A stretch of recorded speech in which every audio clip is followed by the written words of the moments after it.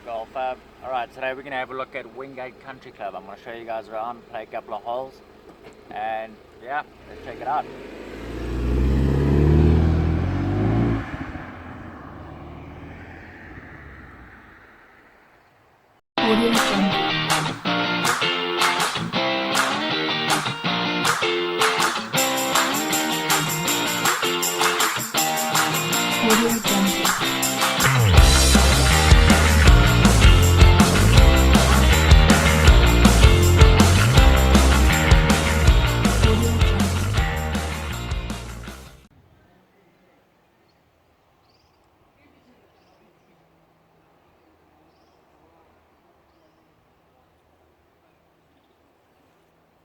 Hello boys.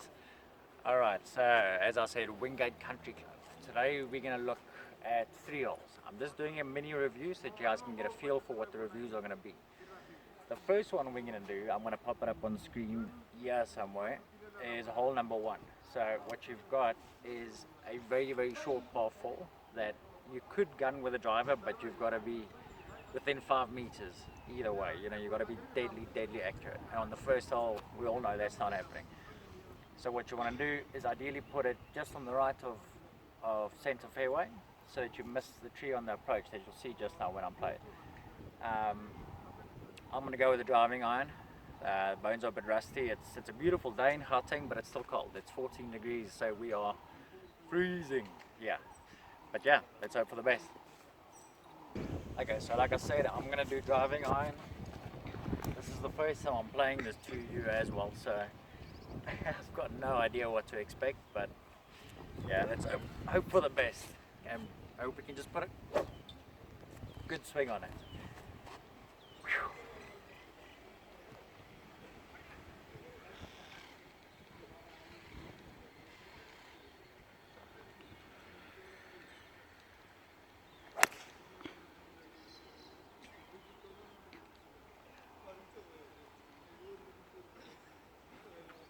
That's more or less on the right side of the fairway, so I think that's a good start. Let's check.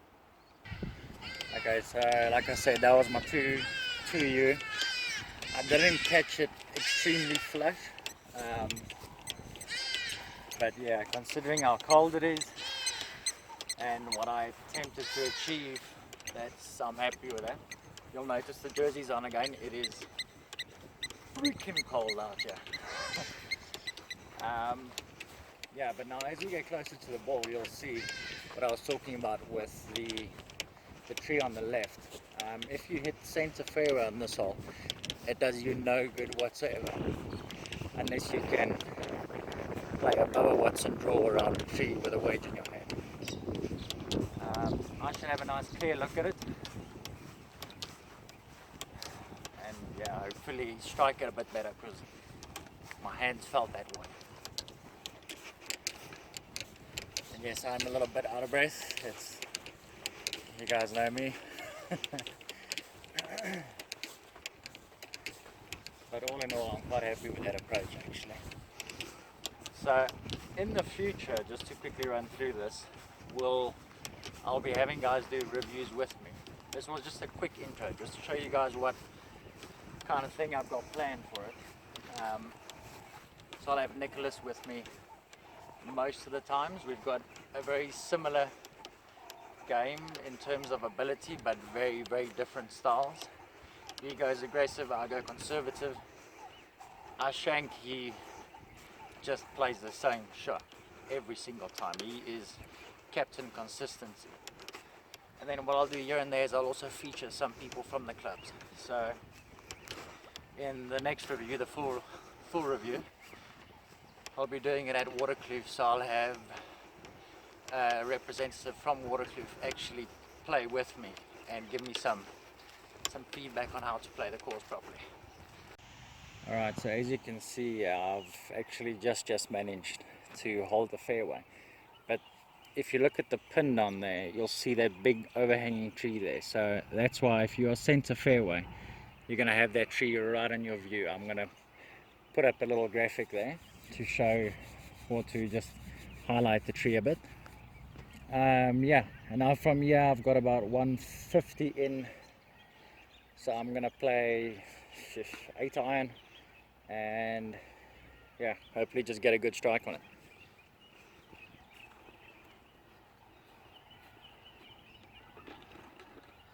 Something to note, Wingate does allow placing, which is always nice. I hate this no placing concept. So yeah, if you want to clean your ball, obviously there's nothing to clean now, but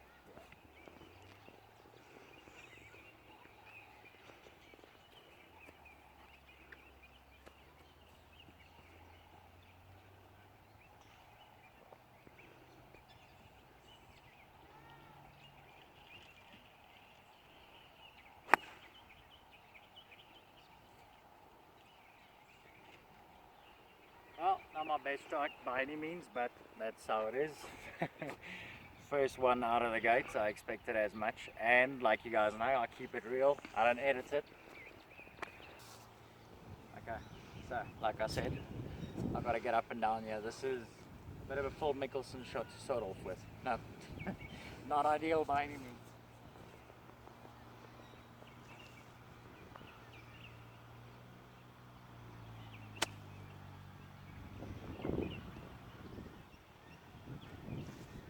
Worked out alright, it's rolling out a little bit, but you know what, if I can two-putt from there, take my drop and move along. Okay, so I've got about 4 meters, whatever that is in feet or whatever. Wingate greens, to those of you that haven't played yet, Wingate greens are notoriously fast. They smooth, some of the smoothest in Gauteng, but fast. So being a cold morning, my idea is just going to be to leg it up and then secure the 2-putt.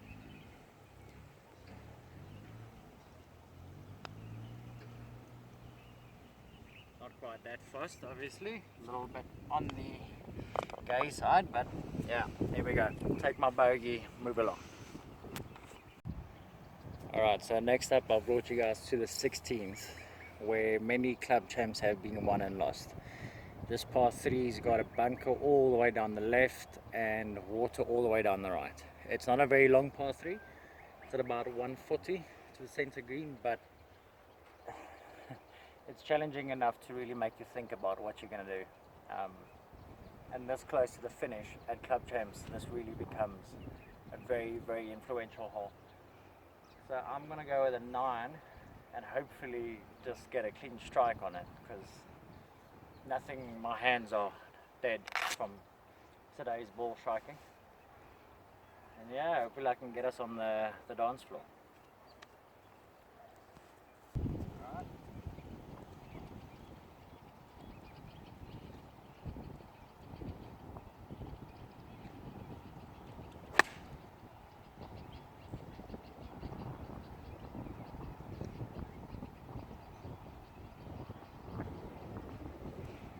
Oh, that one came up a bit short. Felt like I struck it well, but I got a hell of a lucky bounce. Bounced on the rocks and went over, so members bounced.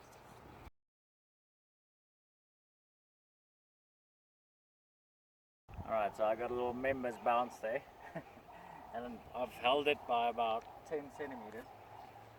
Now, I know this green because I'm a member here. At the moment, this green slopes severely from right to left where I'm going to be chipping. From the tee box, it slopes from the back to the front. So, yeah, if you're going to play your approach, play it a bit long and bring it back. So I think what I'm just going to try and do is really put it back in my stance. Take a 54 and just sort of bump it up to the front here and let the green do its job.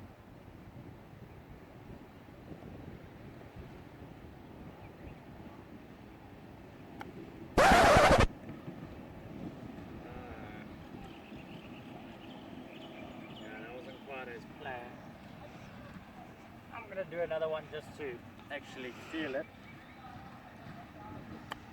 Yeah, that's what I was looking to do. So if you want to pay attention, second shot is what we actually want to be doing. But yeah, golf is golf. So let's try and get this putt and save a par. Alright, so like I said, it's quite a big slope from right to left here. So I'm going to give this one a lot of leeway. I left that first putt of mine very short. So I'm going to try and go a little bit more aggressive on it. As aggressive as I'm willing to be. So let's just get it done. Yeah, there we go. Good par save. That is how you save a par from a mediocre tee shot, mediocre chip, and a one solid putt. I think Ben Hogan was the one that said you need one good shot to make a par. This was it. Alright, so I'm not going to play the stroke one. I'm just here for a couple of holes just to give this review thing a go and try and feel it out. Obviously it's all very new for me, as you guys can see.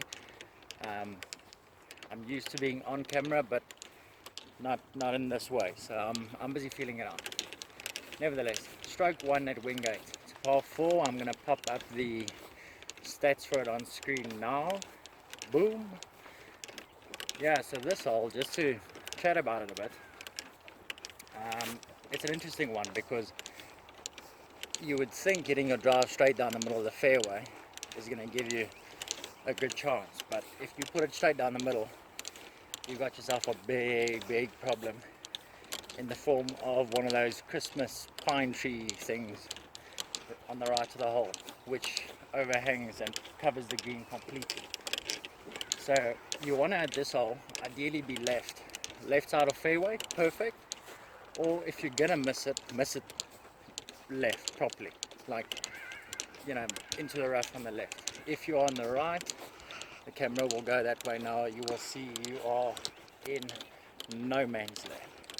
There is no level of punch shot available in the golf book of shots that can get you out of that.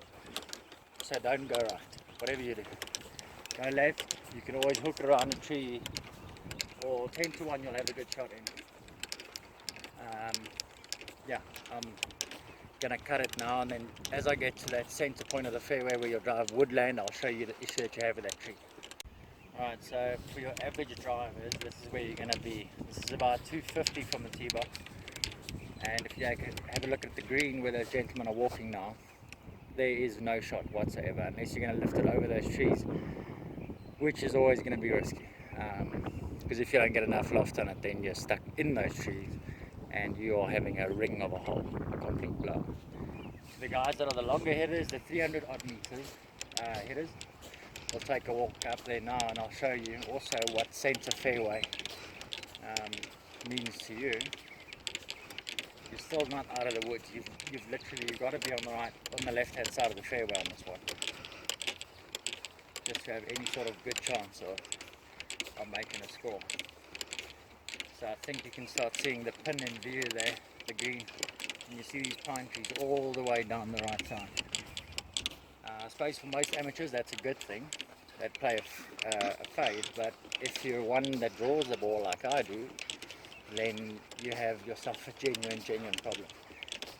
So for the exit drive round about 280, this is your view at the pin. Again, you can't go straight at it. Today the wind is gusting from right to left, so yeah, you would essentially have to be playing for the left edge of the green, possibly missing it just off the green to have a shot. And if we keep going, like I say, that's about 280 there, 300. For your really big boys, your 320 drivers, you know, right, that can really get up there. This is what you'll have from center fairway, more or less. So you'll have it clear, but yeah, obviously there's a very select few of us that can actually realistically hit that distance on a golf course where there's consequence. So yeah, now you know, for the next time you play the stroke one at Wingate, keep it left. From the left you can recover, from the right you're dead, from even the center of the fairway you're dead. Keep it left. Okay, so the final hole that I'm going to be doing at Wingate is the 18th par 5. It's the stroke 13, and it's really quite it's an interesting hole. The drive is quite straightforward. You just pump it down the middle. You'll see in the distance there's guys on carts, one on the left side of the fairway, one on the right. So ideally you want to just go straight in the middle of those two. Right down the center of the fairway, no frills. But then it's the approach that really messes with you, because you've got bunkers all the way down the left. And you've got a huge lake all the way down the right. And of course you've got the whole clubhouse watching you. And we all know that adds a little bit of pressure to it. Okay, so chaps, I'm going to play this one in the hoodie. I'm really getting so cold now. This is my first drive of the day, so I want to try and actually give myself a good shot. Like I said, you just got to take it easy, put it down the middle, especially now the wind's at my back, so all I've got to do is just get that strike. And being my first drive of the day, take coach's advice, focus on hitting through the tee. So get my spot and hit through it.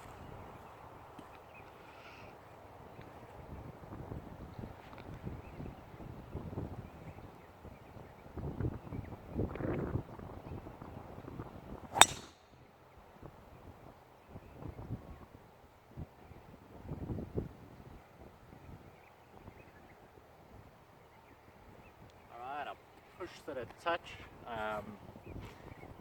It's probably down to a bit of coldness and rusty bones, but it's still okay there because I'm going to play a layup. I don't have the guts ever to play this green in two, so let's see how you would smartly play this hole. You wouldn't believe it, I was just on the tee box saying how cold it is. The sun's just come out and I've actually started building up a bit of a sweat. I do attribute this to a bit of match or lack of match fitness, but yeah. So having a look at the 18th here as you step up. The first thing you're going to notice is that water by the green. It is super intimidating. If you're like most amateurs and you've got a little fade on you, that water is going to be something that's going to come in play in a big way. If you're on the left hand side, if you do hook a drive, you've also got big issues. So that's actually probably worth chatting about. Left hand side, you've got big pine trees that you've got to get through, so you've got to play like a punch hook in rough that's like this thick. So you don't want to be left, again rather be right, because it opens up. It dog legs to the left, so you want to open up the space for yourself as best you can. Look at where your misses are and play it accordingly. Walking up to mine here, I'm not really sure where it is. I think it might be in the bunker. We've had quite a bit of rain, so with a bit of luck I might actually get a release there. Otherwise, yeah, just like I say, play a layup either which way. Walking past the marker now that says 291 to the pin. My ball's about 40 meters further, so yeah, definitely not happening for me. I don't have that level of confidence.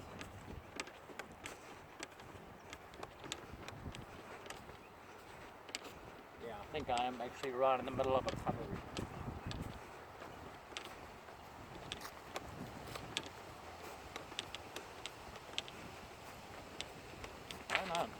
Apparently not, gone over it. So yeah, I missed the fairway there by about, give or take, 10-15 meters, but I missed it on the right. So even though I said missed it on the right because it's safe, I've got one tree that I think is going to be playing with me here.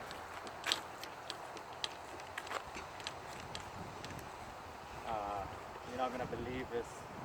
They have the camera just come around here. The one tree that I've got in my way right there, my ball is down there. So I'm gonna have to try and play a percentage shot here. A draw is my preferred shot, so I'm gonna just, I think, hook it around the tree. Okay, so having assessed the yardage, I've got about 230 to the green from here. But now I want to leave myself about 100 out so that I have a smooth wedge in. So I'm going to take a 9 iron, which usually for me is about 130, to 135. I'm compensating for it going a little bit less distance because of the rough that I'm playing in. Obviously my priority is just to get it around this tree. If I can get it around the tree, then I've won the battle.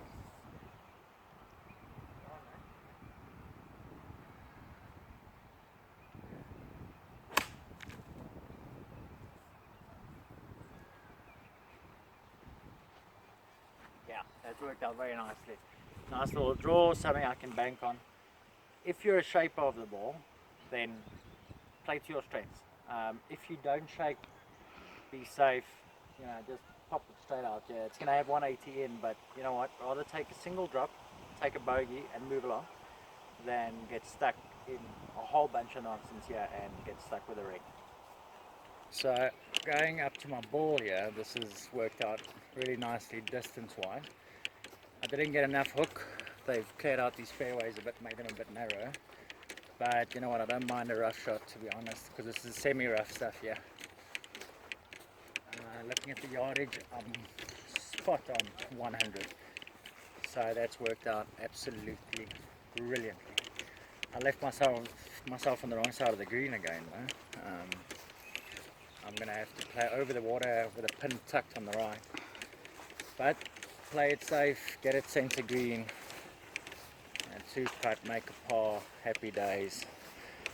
Again, I'm the conservative player. You'll see when Nicholas comes in, he's the more aggressive type player. I just try and par. If I par 18 holes, I'm happy. 100 in, easy wedge. I'm not really sure which wedge, so I'm just going to go with my initial instinct of a gap and just try and put it in the middle of the green. This gap is feeling like it's too much, but whatever.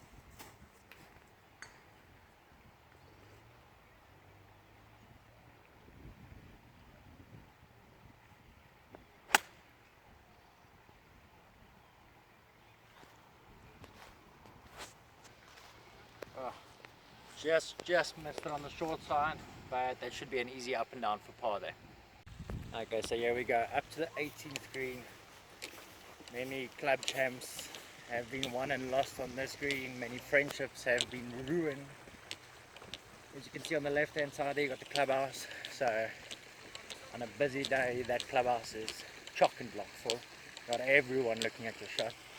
Got the big bunkers staring at you at the left hand side. And obviously the water, which you can see, is quite daunting for most players. Something to note as well, that if you actually do miss it left, there's a good possibility of getting into the putting green as well, and then having to play that shot with every single player watching that approach chip. So your probability of a duff chip there is 99.9%. As I walk up to mine, I think I had the right distance, just didn't come around as much as I thought. I'm going to just play it safe here, I reckon, and have a 2-putt. I'm not going to play aggressive and try and chip it in. Yep. Like I said, I'm going to putt it up. It's something that you could play chip, but I'm just going to play a lag nice and easy and walk away with my par.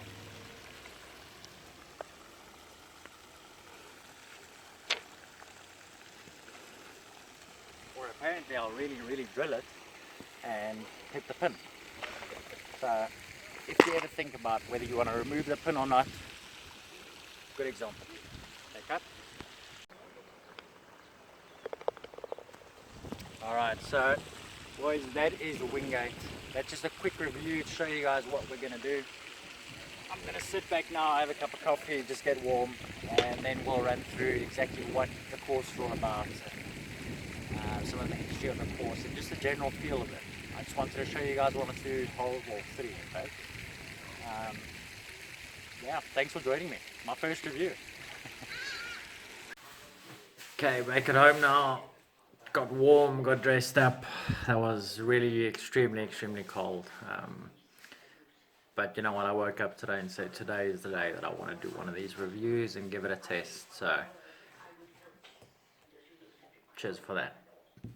Alright, so to talk a little bit more about Wingate, it's in Pretoria East, in Wingate Park. I believe this year the club is 70 years old, so happy birthday, Wingate. It's a parkland style course. It's very, very short. You know, those of you that have played will know it's a very short course. If you're coming to Wingate, then yeah, it's really not a long one. You don't need to muscle anything. It's just a thinking course. You got to put it in the right spot and keep yourself on the fairway, because as soon as you go into the rough, you really got yourself a problem. What else can I say about the course? Immaculate condition. Usually the fairways are carpets. Greens are still rated some of the best in Gauteng. You know, this time of year, everyone's taking a bit of strain. It is winter, but always very, very smooth and very, very slick greens. They're very quick. If you're on the wrong side of the green and you have a downhill putt, you you get that pleasant little reminder that you're at Wingate. Otherwise, yeah, there's not really much I can say further about the course. It's a great course. The review's been fun. It's been interesting. I think the next ones are going to be a bit easier with someone else joining me for a bit of dual dialogue. But yeah, thanks anyways for watching, guys, and hope you enjoyed it. Audio Jungle.